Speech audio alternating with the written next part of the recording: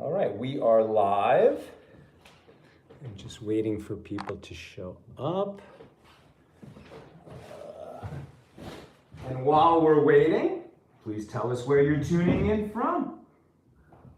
We are live with our fourth annual reading of the Book of Ruth.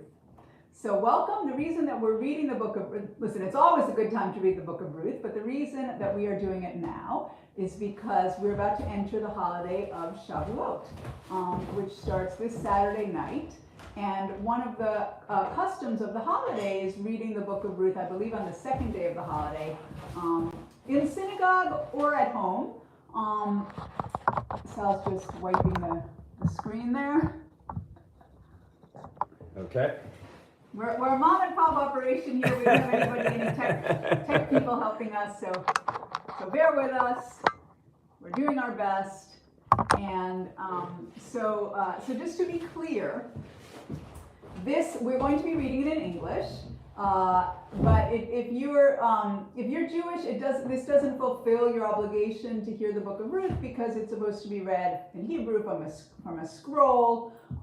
So this is more just for the fun tradition. The tradition. Although it's not technically exactly the tradition. An accidental Talmudic tradition. It's an accidental Talmudic tradition. There you go. We have our own traditions. Okay. We do have the donate button on, so this is a good opportunity to support our nonprofit. And I think it's always a good idea to give charity before a holiday, right? That's kind of a tradition also. So we are a nonprofit, and we share more Torah with more people online than pretty much any other organization. Not to take anything away from Chabad and Aish and a lot of other great Jewish organizations, but in terms of our level of engagement, it's pretty high, and many of you know that Sal teaches an every single day Talmud study class, which is literally 7 days a week after Shabbat on Saturday night, and tune in if you haven't. Sal has a really unique, so the Talmud for millennia was really only studied by a very small group of people, which was very religious, very well educated Jewish men. And Sal is now kind of cracking it open for the whole world and has an amazing ability to break it down and make it understandable and relevant to all. So that's a little pitch for AT Daily, and I hope that you will support us and help us keep doing what we do. And if you enjoy the hero stories that Nina writes each week, and the informative posts on the holidays and on Shabbos and what's going on in the Torah each week, Nina writes those, and she helps me edit the table for 5, where we get 5 prominent writers to comment on a verse from that week's Torah portion. Everything we do together.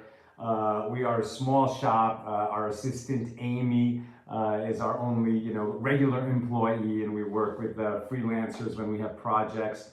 But it costs money to create content every day, so we certainly appreciate any donations you send our way. The donate button is on the Facebook feed, and you can always use the donate button at our website, accidentaltalmudist.org. So let's look at the camera and smile together. So that's for the thumbnail, because when we're doing these live readings, one of us is always looking down, and so for the thumbnail. And let's just say hello to Gail Har in Northern California. Diana says shalom from New York. Paula, I think with us from the great Northwest, right? Monica is with us from Rio de Janeiro. Welcome, Monica. Bella's in Florida. And Paula says, P.S. Nina, you look beautiful. Oh, thank you so much, Paula. That means a lot. And over there on the YouTube side, Nancy, right, is checking in, saying hello. Lynn is here from North Texas. Lynn. And Torchwood Gal is here saying shalom from Nashville. Oh, Welcome, everybody. Okay, then. Let's do it. So it's a tradition to read the book of Ruth on Shavuos, which is a very interesting connection because what is Shavuos, right? Saturday night, we begin a 2-day holiday outside of Israel, 1 day in Israel, when we celebrate the greatest day in human history, the day that God appeared in the world, revealed God's self in order to give the 10 Commandments.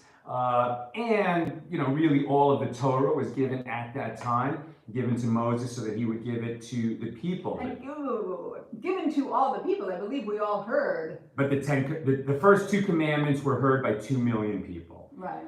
So it was not a revelation to one person, it was a mass revelation. Mass revelation, and as far as I know, there's no religion ever in world history that has claimed that, 3 million people all were present. Some say 3 million, some say 2 million, but millions. Millions! I think a lot of other faith traditions, it's, one person that brought the message. So we're talking about, millions of people were there, which is pretty special. So God, entered history, as it were. The whole purpose of this world is to be a place, which is an astonishing feat if you think about it. This is a place where God's overwhelming presence is hidden, so that we do have free will.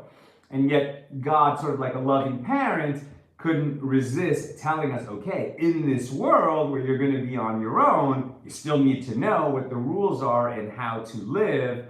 And so God interceded in history, gave the Ten Commandments, and essentially gave the core and the beginning of the Bible at that time. So that's a date we celebrate. It starts Saturday night. And Shavuot, right? The Feast of the Revelation is all day Sunday and Monday. That is a date that remains supercharged in the calendar with this incredible energy of God's healing and teaching and revealing presence in our lives. So if there's something you're in need of, right? If you need a healing, you need a transformation, you need the strength to overcome a bad habit, fantastic day to pray for help this Sunday and Monday. Why are we reading the book of Ruth on this day? It's so interesting. It's the most universal of holidays. Ruth was not a Jew. She became a Jew. She was a Jew by choice. She accompanied her mother-in-law Naomi, came into Israel and tossed in her fate with the fate of the Jewish people. And there was a question, can a Moabite do that? The Torah says that a Moabite cannot enter the congregation of the Lord, but that refers to a male Moabite in recognition of their misdeeds when the Jewish people were coming out of Egypt. The Jewish people were, I guess, going through their land, and they didn't come out and greet them. They didn't say, hey, would you like some water? Like I've actually run 2 marathons in my life, my first and my last. And, when you're running, there's people come out and give you water, and it really means a lot. So the Moabites didn't come out to give water or anything to the Jews that were coming through, but it wouldn't have been appropriate for the female Moabites to do that. So they don't get blamed for what they should have been doing anyway. So I just wanted to say that from that union of Ruth and Boaz that we're going to be reading about today, they are the great-great-great-great-grandparents of King David, right? So the man who wrote the book of Psalms, a sort of paragon of what it means to be a person of faith and connected to God, and the father king, as it were, of the Jewish people. And the ancestor, right? It'll be his direct descendant who eventually comes to redeem the world as the Messiah, Mashiach, the Jewish Messiah. So before we start, I just want to welcome a few more people. Bella in Venice, Carol says Shalom, Guy in Ohio, Melissa in Great Neck, Martin in Sunland, LA, Dale. Shabbat Shalom to all my Jewish brothers and my Jewish sisters and my Jewish relatives and my Jewish friends. Francisco in California, Paula in Chicago, the other Paula in the Great Northwest, Deborah in California, Miriam in Colorado, Karen with a big heart, Dale dropping in from Louisiana. Welcome, everybody. It's really great to have you with us. And I don't see if I can see the list of names, but somebody donated, and I wanted to say thank you to Paula Clausen. Thank you so much, Thank Paula. you so much for supporting our nonprofit. All right, let's get into the book of Ruth. I'm just going to say a very quick personal note, which is this is one of my very favorite books of the Bible, of the Hebrew Bible. And I think one of the reasons is because I really identify with Ruth. She's a Jew by choice. I'm not technically a Jew by choice because I was born Jewish, but I was born to a very secular, non-religious family, and I chose to live a observant life. And it's not easy. Ruth started as a wealthy princess from a very illustrious family, and she wound up basically as a beggar. And that's the price she paid for becoming a Jew. And I can tell you, it's not easy to become an observant Jew when you didn't grow up that way. There's so much I don't know, I don't understand. Sal and I are both very well educated people, thank God, but when you jump into Jewish life, it's like you really are like, it's very infantilizing, because my own kids by preschool basically knew more than I did. So anyway, maybe we should jump into it. So this translation feels a little archaic. It was translated in 1611, but it's kind of a traditional translation for a lot of people. And we're reading from the book illustrated by the great artist Arthur Szyk. Or maybe we're going to pick up the book and show. Yeah, we'll show some of the illustrations. Arthur Szyk, a personal favorite of ours. If you've seen our movie When Do We Eat, there's a very classic illustration from the Szyk Haggadah of the 4 questions in our movie. And here you see an illustration from the book of Ruth. Okay, let's do it.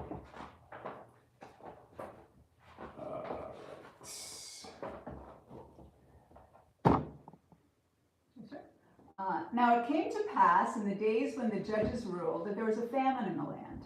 And a certain man of Bethlehem, Judah, so I guess the Judah part of Israel, went to sojourn in the country of Moab, and his wife and his 2 sons. And the name of the man was Elimelech, and the name of his wife Naomi, and the name of his 2 sons, Machlon and Chilion, Ephraimites of Bethlehem, Judah. So they were from the tribe of Ephraim. And they came into the country of Moab and continued there. I don't know if they're from Ephraim. It says Ephrathites. Oh, Ephrathites. Like from Ephrat. Oh, okay, thank you for correcting me. They weren't Ephraimites. I guess they were maybe from Judah. From that town, yeah. Okay, so Elimelech's Elimelech, Naomi's husband, died, and she was left and her 2 sons. And the sons took wives of the women of Moab. The name of the one was Orpah, and the name of the other was Ruth. And they dwelled there about 10 years. And Machlon and Chilion died also, both of them. And woman was left of her 2 sons and of her husband. Then she arose with her daughters-in-law that she might return from the country of Moab. For she had heard in the country of Moab how the Lord had visited his people and giving them bread. They left because of famine. Now the famine's over. Wherefore she... And here's an illustration of Naomi and Ruth. And by the way, in traditional Ashkenaz circles, you'll hear people say Rus. And regular, more Sephardic Hebrew, and in Israel, modern Hebrew, they'll say Ruth. But that's Ruth. Okay. However, wherefore she went forth out of the place where she was, and her 2 daughters-in-law with her, and they went on the way to return to the land of Judah. And Naomi said to her 2 daughters-in-law, Go, mourn to your fathers, go return each to her mother's house. The Lord deal kindly with you, as you have dealt with the dead, and with me. The Lord grant you that you may find rest, each of you in the house of your husband. Then she kissed them, and they lifted up their voice and wept. And they said unto her, Surely we will return with you to your people. And Naomi said, Turn again, my daughters. Why will you go with me? Are there yet any sons in my womb that they may be your husbands? Turn again. Pause. Does that sound familiar to you? So that's what we're learning in the Talmud study. Right, so for those of us who are in our daily Talmud class, of course, this is a great illustration of what we're learning right now in the 14th volume of the Talmud. We're 2 years into our 7.5-year journey of reading every page of the Talmud. We're in Tractate Yevamos, the laws of levirate marriage, which if a man is married and he dies before having children and he leaves a widow and a brother, so the brother is obligated to step in and marry his widow, and the first child of that union is considered the heir of the brother who died. They don't have to get married. There's an alternative mitzvah they can do called chalitza, but this is one of the sources for that body of law. Turn again, my daughters, go your way, for I'm too old to have a husband. If I should say, I have hope, if I should have a husband also tonight and should also bear sons, would you wait for them until they were grown? Would you stay for them from having husbands? Nay, my daughters, for it grieves me much for your sakes, that the hand of the Lord is gone out against me. And they lifted up their voice and wept again. And Orpah kissed her mother-in-law, but Ruth clave unto her. I'd say cleaved or clave unto her. And she said, Stayed with. She stayed at her side. And she said, and Naomi said, behold, your sister-in-law has gone back unto her people and unto her gods. Return after her, return after your sister-in-law. And Ruth said, entreat me not to leave you, or to return from following after you. For wherever you go, I will go, and where you lodge, I will lodge. Your people shall be my people, and your God my God. Where you die, will I die, and there I will be buried. The Lord may do so to me, and more also, if anything but death part you and me. So beautiful. And this is the source when a non-Jew wants to become a Jew and goes to see a rabbi. The rabbis will say, you should think about that twice. You should, Well, no, they says no. They say no. The point is they say no, right? And it's from this source, right, that Naomi said to Ruth, I guess twice, and then the third time that she says, no, I really want to go with you. I want to become one of your people. And then you are accepted. And when rabbis are doing that, it is for the benefit of the prospective Jew, because when you're a non-Jew, you're obligated in the 7 Noahide commandments. When you become a Jew, you become obligated in the 613 commandments that obligate Jews. And then if you later decide that you don't want to keep Torah and mitzvahs, you're still obligated and you're going to be held accountable for all those commandments that you did not fulfill. So you don't have to become a Jew. If you do, you're going to be obligated in all those commandments. And that's why it's considered a kindness to say to the person, no, don't come, you don't need to do this. But if they insist, if they feel that they are fated to become one of the Jewish people and will keep doing anything they need to do, like Ruth, then they come. You gotta want it so bad. When she saw that she was steadfastly minded to go with her, then she stopped speaking unto her. Okay. Now we have another beautiful illustration.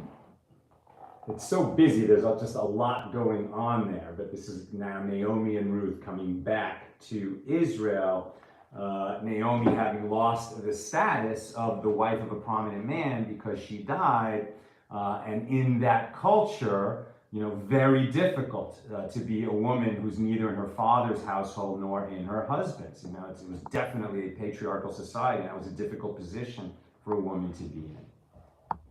Should I read a bit? Yeah. So they two went, the two of them, until they came to Bethlehem. And it came to pass, when they were come to Bethlehem, that all the city was moved about them. And they said, is this Naomi? And she said unto them, call me not Naomi, call me Mara, which means bitter. For the Almighty hath dealt very bitterly with me. I went out full, and the Lord hath brought me home again empty. Why then call ye me Naomi, seeing the Lord hath testified against me, and the Almighty hath afflicted me? Because Naomi, I think, means pleasantness. So Naomi returned, and Ruth the Moabitess, her daughter-in-law, with her, which returned out of the country of Moab, and they came to Bethlehem in the beginning of the barley harvest. And Naomi had a kinsman of her husband's, a mighty man of wealth, of the family of Elimelech, and his name was Boaz. And Ruth the Moabitess said unto Naomi, let me now go to the field and glean ears of corn after him, in whose sight I shall find grace. And she said unto her, go, my daughter. And she went and came and gleaned in the field after the reapers, and her hap was to light, her hap, that's an old-fashioned word, like her happenstance. Her habit. Like what happened to her. What happened to her. And her hap was to light on a part of the field belonging unto Boaz, who was of the kindred of Elimelech. So next chapter, this being called here Ruth in the Fields. And this must be Boaz. He was an old man at that time.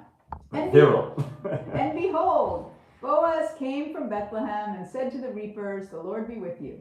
And they answered him, the Lord bless you. Then said Boaz unto his servant that was set over the reapers, whose damsel is this? And the servant that was set over the reapers answered him and said, it is the Moabitish damsel that came back with Naomi out of the country of Moab. And she said, I pray you, let me glean and gather after the reapers among the sheaves. So she came, and has continued even from the morning until now. And then she tarried a little in the house. Then Boaz said to Ruth, Hearest thou not, my daughter? Go not to glean in another field. Don't go from here, but abide here fast by my maidens. Let your eyes be on the field that they do reap, and go after them. Have I not charged the young men that they shall not touch you? And when you are athirst, go into the vessels and drink of that which the young men have drawn. Then she fell on her face and bowed herself to the ground and said to him, Why have I found grace in your eyes, that you should take knowledge of me, and seeing that I'm a stranger? And Boaz answered and said to her, It has fully been shown to me all that you have done unto your mother-in-law since the death of your husband, and how you left your father and your mother and the land of your nativity, and came unto a people that you did not know before.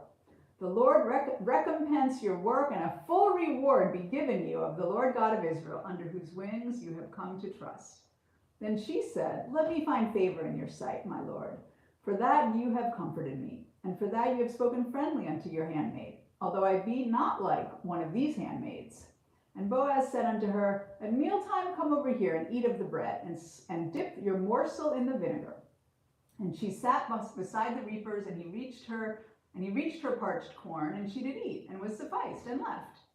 And when she was risen up to glean, Boaz summoned his young men, saying, Let her glean even among the sheaves, and reproach her not, and let fall also some of the handfuls of purpose for her,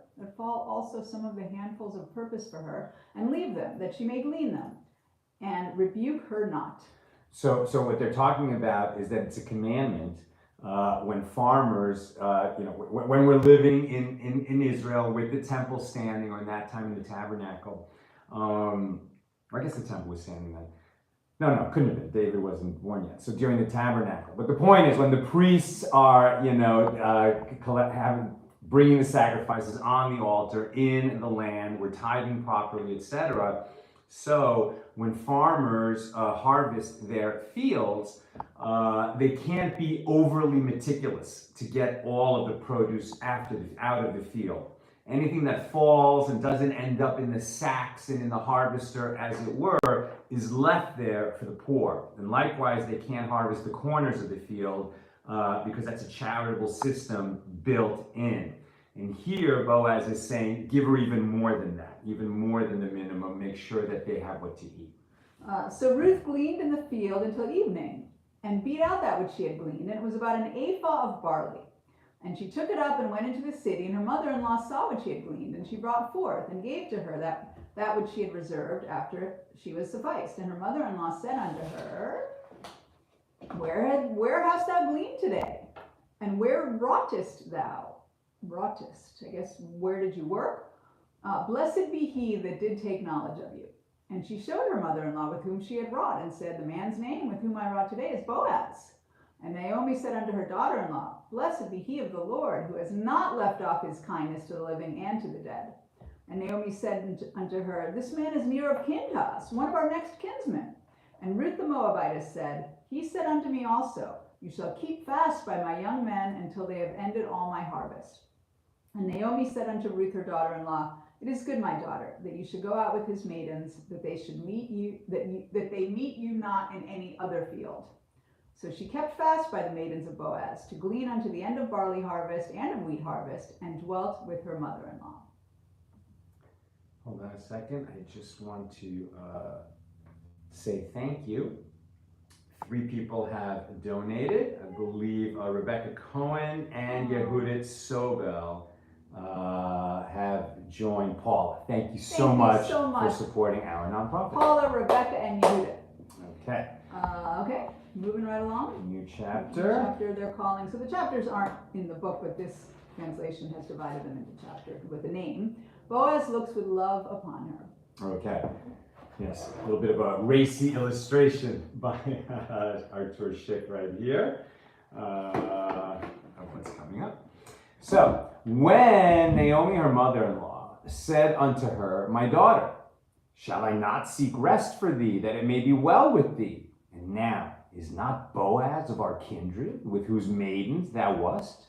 Behold, he winnoweth barley tonight in the threshing floor. They're at the next stage in the harvesting process. They pick from the fields, and now they're going to winnow. Wash thyself, therefore, and anoint thee, and put thy raiment upon thee, and get thee down to the floor. But make not thyself known unto the man until he shall have done eating and drinking. And it shall be, when he lieth down, that thou shalt mark the place where he shall lie, and thou shalt go in and uncover his feet and lay down, and he will tell thee what thou shalt do. And she said unto her, All that thou sayest unto me, I will do.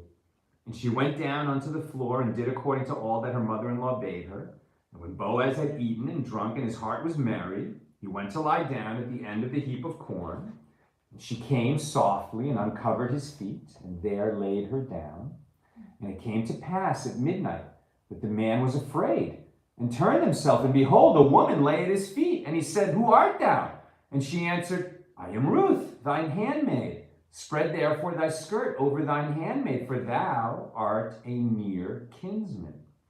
And he said, Blessed be thou of the Lord, my daughter, for thou hast showed more kindness in the latter end than at the beginning, inasmuch as thou followest not young men, whether poor or rich. And now, my daughter, fear not, I will do to thee all that thou requirest, for all the city of my people doth know that thou art a virtuous woman. And now it is true that I am thy near kinsman. Howbeit there is a kinsman nearer than I. Tarry this night, and shall be in the morning, that if he will perform unto thee the part of a kinsman, that's yibum, levirate marriage, well then let him do the kinsman's part. But if he will not do the part of a kinsman to thee, then will I do the part of a kinsman to thee. As the Lord liveth, lie down until the morning. And she lay at his feet until the morning, and she rose up before one could know another. Boaz plucks off his shoe. This sounds like chalitza. Yeah. There is Boaz with the shoe. But why is he doing chalitza? Well, I think the other man is doing chalitza, so that Boaz can step in and do yibum, which is weird, because once you do chalitza, you can't do yibum. But this whole thing is not really according to the laws of yibum, because that only applies to brothers, not to near kinsmen. So this is a kind of, it was just a custom to do this sort of thing, but because there is no brother-in-law, that's not a prohibited relationship. These kinsmen are not that near, so they could just step in and do the right thing on behalf of a relative in need. Okay. And he said, Let it not be known that a woman came into the floor. And he said, Bring the veil that you have upon you and hold it. And when she held it, he measured 6 measures of barley and laid it on her, and she went into the city. And when she came to her mother-in-law, she said, Who are you, my daughter? And she told her all that the man had done to her. And she said, These 6 measures of barley he gave to me, for he said to me, Go not empty unto your mother-in-law. Then said she, Naomi, sit still, my daughter, until you know how the matter will fall, for the man will not be in rest until he has finished the thing this day. Then went Boaz up to the gate and sat him down there. And behold, the kinsman of whom Boaz spoke came by. He happened to be walking by. Unto whom he said, Ho, such a one, turn aside, sit down here. And he turned aside and sat down. And he took 10 men of the elders of the city and said, Sit down here. And they sat down. And he said unto the kinsman, Naomi, that is come again out of the country of Moab, sells a parcel of land, which was our brother Elimelech's. And I thought to advertise you, saying, Buy it before the inhabitants and before the elders of my people. If you will redeem it, redeem it. But if you will not redeem it, then tell me, that I may know, for there is none to redeem it besides you, and I'm after you. And he said, I will redeem it. The other guy said, I will redeem it? Then said Boaz, What day you buy the field of the hand of Naomi, then you must buy it also of Ruth the Moabitess, the wife of the dead, to raise up the name of the dead upon his inheritance. And the kinsman said, I cannot redeem it for myself, lest I mar mine own inheritance. You redeem my right to yourself, for I can't redeem it. Now this was the matter in former time in Israel concerning redeeming and concerning changing, for to confirm all things, a man plucked off his shoe and gave it to his neighbor, and this was a testimony in Israel. Right, so it's not chalitza, But what they're saying is, with these witnesses, I was there the day he plucked off his shoe, and they agreed that this one would buy the field and that one wouldn't. And this one would redeem the inheritance of Elimelech and that one wouldn't. And so everyone would witness that, and that's why it's an official so you occurrence. Take off the shoe, and what do? Wave it on your head? Or like? I was there the day, right? It's a kind of a kinyan, a ritual of But you of take transfer. it off and you just kind of show it to everybody, and then you put it back on, or it has a special status? I don't know. It was symbolic, for sure. Okay. He plucked off his shoe and gave it to his neighbor, and this was a testimony in Israel. Therefore the kinsman said unto Boaz, buy it for you. So he drew off his shoe. And Ruth becomes wife to Boaz. And this will be preview of the last page. And you see the baby being born, and that will be an ancestor of King David.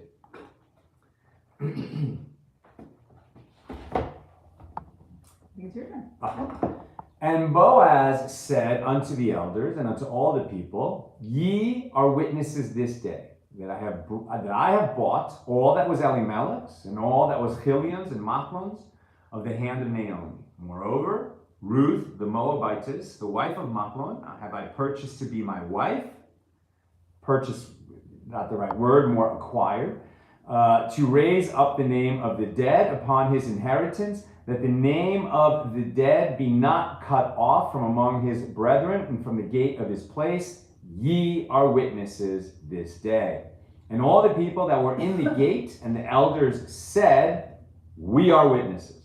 The Lord make the woman that is come into thine house like Rachel and like Leah, which two did build the house of Israel, and do thou worthily in Ephrat, and be famous in Bethlehem, and let thy house be like those of Pharez, whom Tamar bare unto Judah, of the seed which the Lord shall give thee of this young woman. And in fact, Tamar and her son Peretz are also ancestors of King David, so it's an important link there.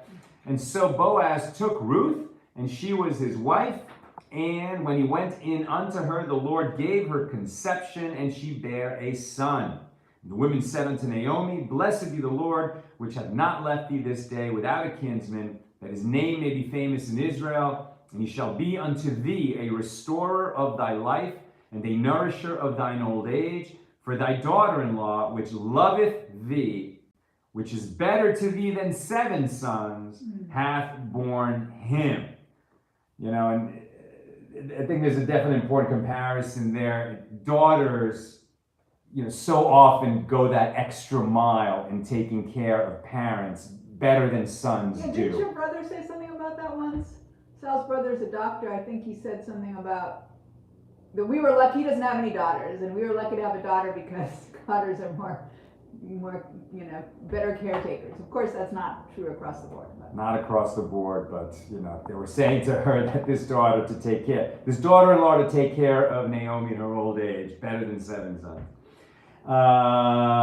And how much does it say about Naomi that her daughters-in-law were so incredibly devoted to her? Yes. We've all heard these mother-in-law jokes. Well, this really is gives a lie. lie to that, yeah. And Naomi took the child and laid it in her bosom and became nurse to it. And the woman, her neighbors, gave it a name, saying, there is a son born to Naomi. Meaning a son born to Ruth, right? So really like a type of grandson to Naomi. And they called his name Obed. And he is the father of Jesse. And who is Jesse? The father of David. And Ruth lived long enough that she sat by the side of the throne of her great-grandson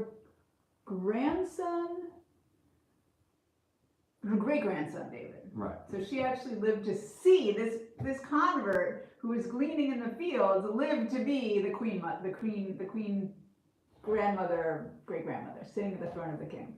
And this is the final verse of the book of Ruth. Now these are the generations of Peretz. Peretz begat Hezron, and Hezron begat Ram, and Ram begat Aminadab, and Aminadab begat Nachshon, and Nachshon begat Salmon, and Salmon begat Boaz. And Boaz begat Obed, and Obed begat Jesse, and Jesse begat King David. And That concludes our reading of the book of Ruth this year as we prepare for Shavuot. Let me just see if there's any other notes here from the people. Any comments, any questions? Oh, and wait, it just disappeared on me, but hold on. Refresh. I see somebody else donated and just wanted to say thank you for supporting our nonprofit, and that was Sandy McMurray. Thank you very much. And it's really been wonderful to share this pre-Shavuot reading with all of you of the book of Ruth. May we all be blessed with a Shabbos and a Shavuos filled with joy, meaning, peace, uplift, and revealed miracles. Amen. Any final thoughts, sweetie? We're going into a 3-day holiday because the holiday starts Saturday night. So Saturday, Sunday, and Monday we're going to be off screens, off technology. Not gonna lie, it's a little challenging. 3 days. But it's also beautiful and so peaceful. And I'm preparing all the food and everything ready. But when you're kind of in that 3-day holiday, it's just this peace that's very special. Not always easy. We don't have young kids now, so that might be difficult. But it's a beautiful thing. And husbands, join me. I'm gonna press the off button, and then I'm headed to the flower store to bring some flowers into the house for Shabbos and the holiday. All the best, my holy sisters and brothers. Good Shabbos and Chag Sameach. May you have a beautiful Shavuos.